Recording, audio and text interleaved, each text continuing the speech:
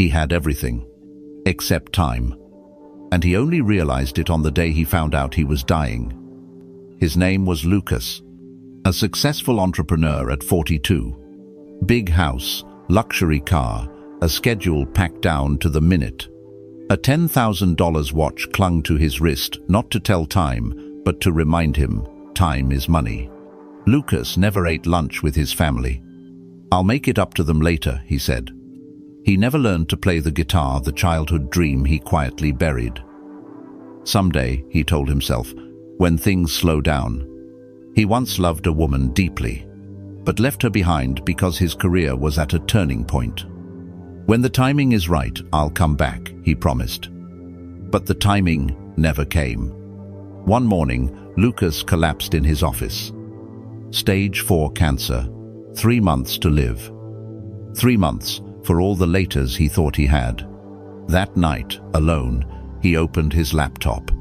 Inside the folder titled Personal Goals were dozens of files. Book, outline, docs. Trip with Dad, plan, XLSX. Marriage, proposal, letter, draft. Each one unfinished. And one question kept echoing in his mind. Have I truly lived, or just postponed a life worth living? Lucas didn't get another chance. But you do. And if you've been waiting for a sign, this is it. What you're about to hear are 7 Stoic truths, raw, uncomfortable, but necessary. They won't make you feel good, but they might finally wake you up. If you have the courage to stay until the end, you will never live the same way again. 1. You are procrastinating and losing your life. There's something we all say quietly, casually, almost without thinking. I'll start tomorrow.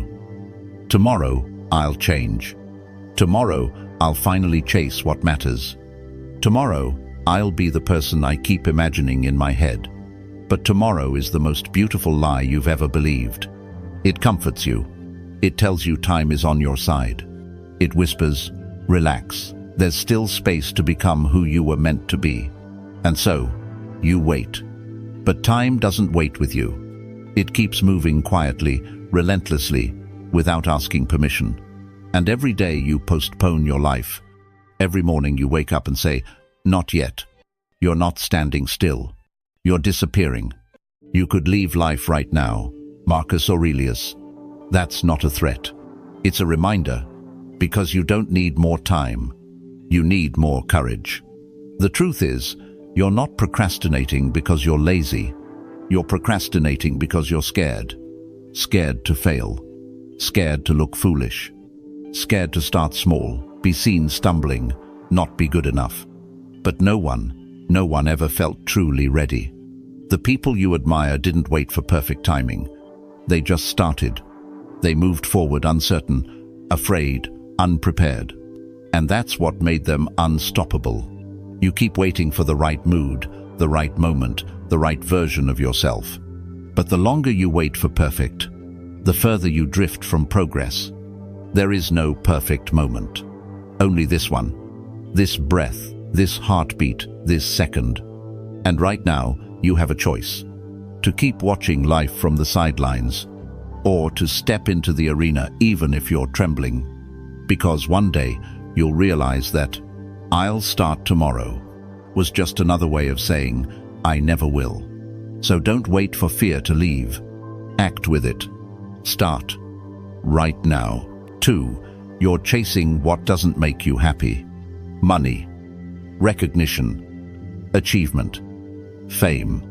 You tell yourself that once you have them all, you'll finally feel complete. That happiness is somewhere just beyond the next milestone. That fulfillment will come when you win enough, earn enough, prove enough. But when you get there after all the effort, all the late nights and silent sacrifices, you don't feel full. You feel empty. Like drinking seawater, the more you consume, the thirstier you become. Wealth consists not in having great possessions, but in having few wants. Epictetus. You don't need more. You need to desire less. You see, the world has tricked you. It dressed the chase in gold and applause. It told you that happiness lives in numbers in your bank account, your follower count, your titles. But have you ever stopped to ask, where am I rushing to, and why? The people closest to death don't regret not working harder. They regret not loving deeper, not laughing louder, not living more freely. They don't wish they had built a bigger brand. They wish they had held their mother's hand one more time, watched the sunset without checking the clock, said I love you without fearing how it would sound. Because that is real wealth. A conversation that touches your soul. A walk with someone you'd die for. A moment where you're fully yourself with no performance, no mask, no pressure to be more. Don't sell your soul chasing things you can't take to the grave. No one writes your net worth on your tombstone. So ask yourself, are you building a life that looks successful? Or one that actually feels meaningful? Because when the lights go off and the applause fades, the only thing that will matter is how deeply you lived and how honestly you loved. 3. You are stuck in the past. You keep replaying it. That mistake, that heartbreak, that one decision you'd give anything to undo. You lie awake at night thinking, if only I had said this. If only I had done that. As if the past will hear you. As if it still belongs to you. But here's the truth. It doesn't. What's gone is gone. And yet you're still giving it power. You're letting ghosts decide how your story unfolds. Each of us lives only now, this brief instant. Marcus Aurelius. Read that again. You're not suffering because of what happened. You're suffering because you refuse to let it die. You carry pain like it's proof you once cared. You wear guilt like it's punishment you deserve. But none of it changes anything. The past won't rewrite itself just because you keep bleeding over its pages. Let me ask you this. If you were driving a car but only stared at the rearview mirror, where would you end up? Exactly. You'd crash into what's right in front of you. That's what living in the past does. It blinds you. It buries your present beneath what can no longer be fixed. And here's the hardest part. No one is coming to save you from it. Not the person who hurt you. Not the version of yourself who made the wrong choice. Only you can set yourself free. Forgive not because they deserve it, but because you deserve peace. Learn not to rewrite what was, but to finally move forward. Let the past be a chapter, not a cage. You can remember without reliving. You can grieve without surrendering. You can carry the lessons, not the chains. Because life isn't happening behind you. It's happening right now. And every moment you give to regret is a moment you steal from the life still waiting to be lived. 4. You resist change, even when it's saving you. We say we want to grow. We say we want to become better, freer, stronger. But deep down, most of us don't want to change. We want comfort disguised as progress. Familiar pain over unfamiliar healing. We cling to relationships that no longer serve us. We stay in jobs that slowly kill our spirit. We hold on to identities that no longer fit just because they're safe. Why? Because change feels like death. It asks us to let go of what we know before we see what we'll become. But here's the Stoic truth. Nothing in this life stays. Not people, not seasons, not even you. All that happens is as habitual and familiar as roses in spring and fruit in the summer. Marcus Aurelius. Everything has its time. And when that time ends, no matter how tightly you hold on, it slips through your fingers anyway. You fear change not because it hurts, but because it reveals how little control you truly have. But isn't that freeing? You are not made of stone. You are not a monument meant to stay the same. You are a river. And rivers don't fight the current. They flow. So stop clinging to what's already trying to leave. That version of you, it was necessary, but it's not meant to come with you into what's next. There's a story of a samurai whose house burned down. Everything he owned gone in a night. He didn't scream, he didn't weep. He looked at the ashes and said, "Good, now I am free to begin again." Can you do the same? Can you welcome change not as a threat, but as a quiet invitation to evolve? You don't have to enjoy it. You just have to accept it. Because what you resist persists, but what you embrace transforms you. And until you stop fighting reality, you'll keep losing battles that never needed to be fought. 5. You try to control what isn't yours. You plan everything. You try harder, think smarter, love deeper, believing that if you just give enough, life will obey. But it doesn't. You gave your all to that relationship, and they still left. You worked late nights, chased perfection, and still got passed over. You tried to control the chaos, but the storm came anyway. And now you're exhausted, not because life is unfair, but because you're trying to hold the wind in your hands. Let's face it, you're trying to control what was never yours to begin with. Happiness and freedom begin with a clear understanding of one principle: some things are within your control, and some things are not. Epictetus. You can't control other people. You can't control outcomes. You can't even control the next minute with absolute certainty. But you can control one thing: how you respond. And that changes everything. The Stoics didn't teach resignation. They taught discipline of focus. They taught us to stop wasting energy trying to bend the world, and start bending ourselves to meet it with strength. Imagine standing at the edge of the ocean, furious that the waves won't stop. You scream, you fight, you beg them to calm, but they crash anyway. Now imagine learning to surf. That's the Stoic path. Not control, mastery. Not perfection, presence. You don't need to fix everything. You just need to fix your relationship with what's not yours. Let go of the illusion that you can force people to love you, that outcomes can be guaranteed, that life will follow your script. It won't.